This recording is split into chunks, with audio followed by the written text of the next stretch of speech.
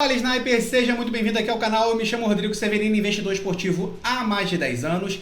E no vídeo de hoje nós vamos falar sobre uma lei de um livro que eu estou lendo. E você pode até estar pensando, Rodrigo, que raios isso tem a ver com investimentos esportivos? Mas muita calma nessa hora, pequeno gafanhoto, porque, cara, eu extraí o suco para você entender a necessidade de um bom planejamento, a necessidade de uma boa análise pré-game para que você empregue isso. Eu estou te trazendo história e fundamento para que você compreenda de uma forma didática como que isso aí influencia no seu resultado no longo prazo, tá certo? Então hoje a gente vai mergulhar na intrigante lei número 29 do livro As 48 Leis do Poder, escrita por Robert Greene, né? Essa lei ela trata sobre planejamento até o fim. E esse planejamento ele tem implicações profundas na nossa jornada como investidor esportivo.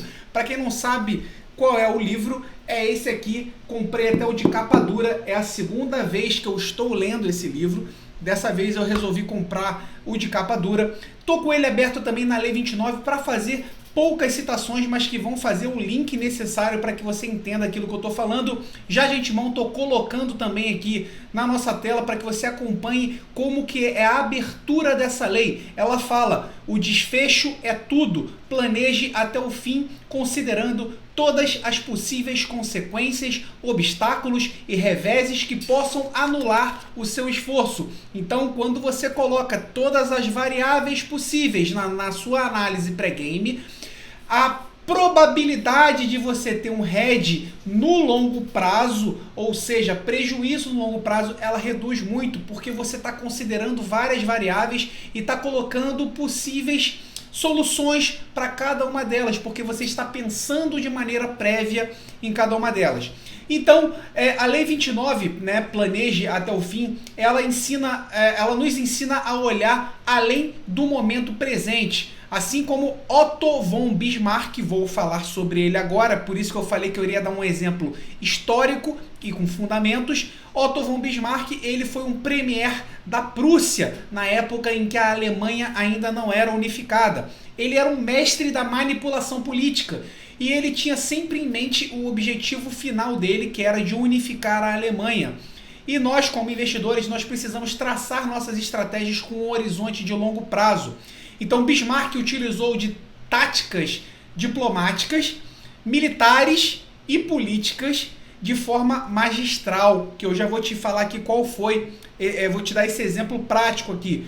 Se antecipando ao movimento de outras nações e evitando algumas armadilhas políticas. Então o seu planejamento detalhado ele foi fundamental para o seu sucesso no projeto de unificação da Alemanha. Então, eu vou te falar aqui como é que Bismarck pensou isso. Ele era o premier da Prússia, que ele estabeleceu um plano, ele queria a unificação da Alemanha. Mas, naquela época, a Áustria, que era sua vizinha, ela ainda era uma potência maior que a Prússia. Quais foram os movimentos pensados por Bismarck? Eu vou atacar a Dinamarca, que era um país fraco naquela época, alegando pegar algumas terras prussianas. E então ele fez isso, ele atacou de uma maneira magistral, ele tinha um exército cada vez mais treinado, ele atacou a Dinamarca, pegou essas terras que ele queria. Naturalmente a Áustria não gostou, mas acabou aceitando porque viu a maestria com que a Prússia se desenrolou no campo de batalha, pegou essas terras e ele planejou o ataque mais para frente à própria Áustria. Então ele atacou a Áustria num próximo passo, né, e conseguiu afastar qualquer possibilidade da Áustria invadir a Prússia. Quando ele fez isso, ele mostrou que o seu exército estava mais preparado, ele conseguiu o reconhecimento dos países ao redor das terras conquistadas e, consequentemente, num próximo passo ele já teria a unificação da Alemanha. Isso de uma maneira bem resumida, tá?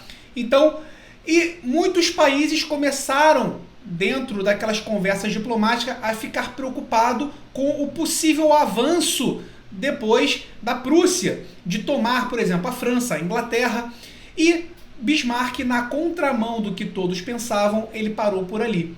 Por quê? Porque Bismarck ele tinha um objetivo em mente desde o início e ele não se deixou levar pela emoção. Nós vamos falar sobre isso.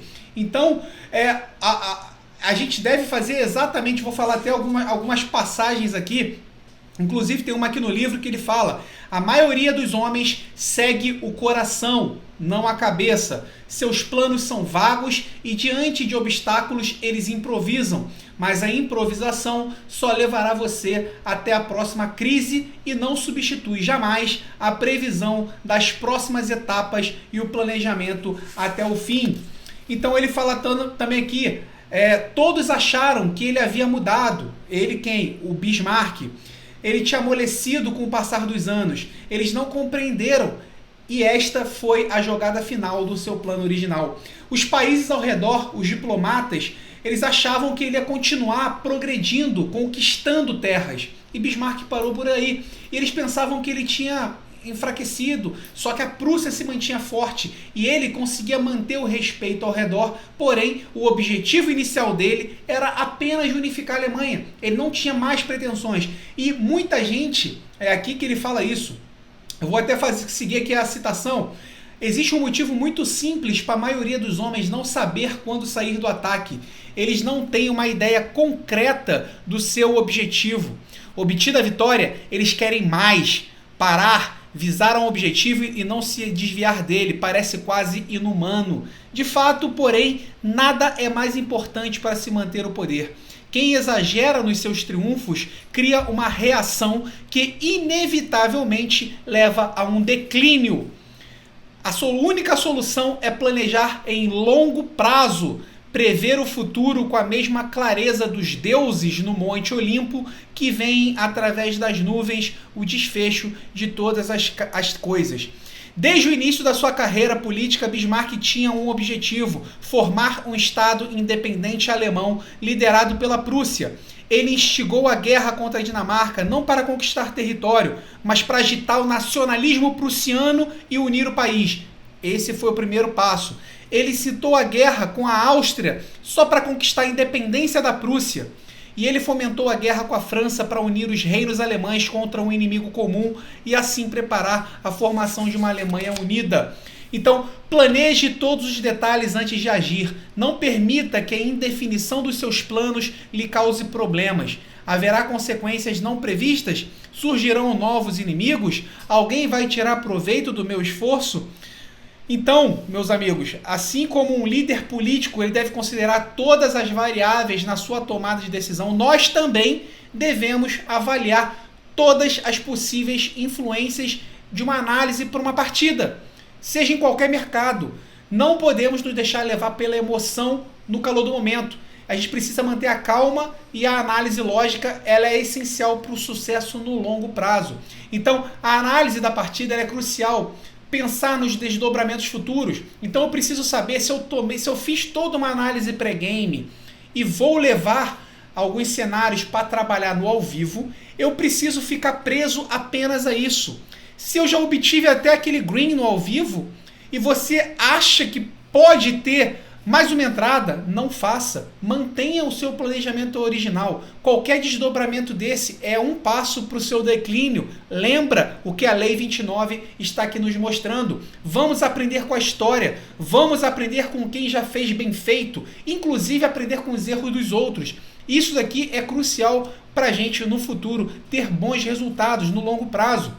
Então, vamos lá. Ao gerenciar nossa banca aqui, a Lei 29, ela também nos lembra da importância de planejar até o último centavo.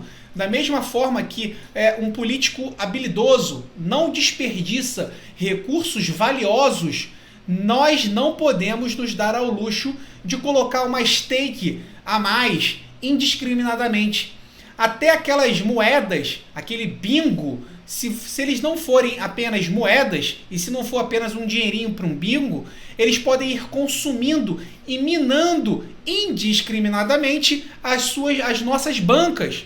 Então, cada entrada ela deve ser parte de uma estratégia sólida e bem pensada. Não caia no canto da sereia. Vamos aqui, bingo! Eu não posso deixar de fazer esse bingo aqui. Aí bota lá 5, 10, 20, 50. Aquilo está consumindo a sua banca, consumindo. Ah, mas Rodrigo, eu acertei uma em 1 milhão. Bacana. E todo esse dinheiro que foi sendo consumido, que foi mitigando a sua banca, muito cuidado. Então a gente pode até fazer um resumo aqui dessa Lei 29, que ela nos instiga para a gente olhar além do óbvio, a considerar cada movimento como parte de um plano maior, de um planejamento maior. Assim como esses grandes líderes políticos, nós como investidores esportivos também precisamos ter uma visão mais abrangente, mais estratégica. A gente precisa planejar do início ao fim. Inclusive, eu tenho aqui no meu próprio canal 5 aulas falando só sobre planejamento estratégico. Como que você monta um plano de ação e você consegue seguir à risca aquilo que foi planejado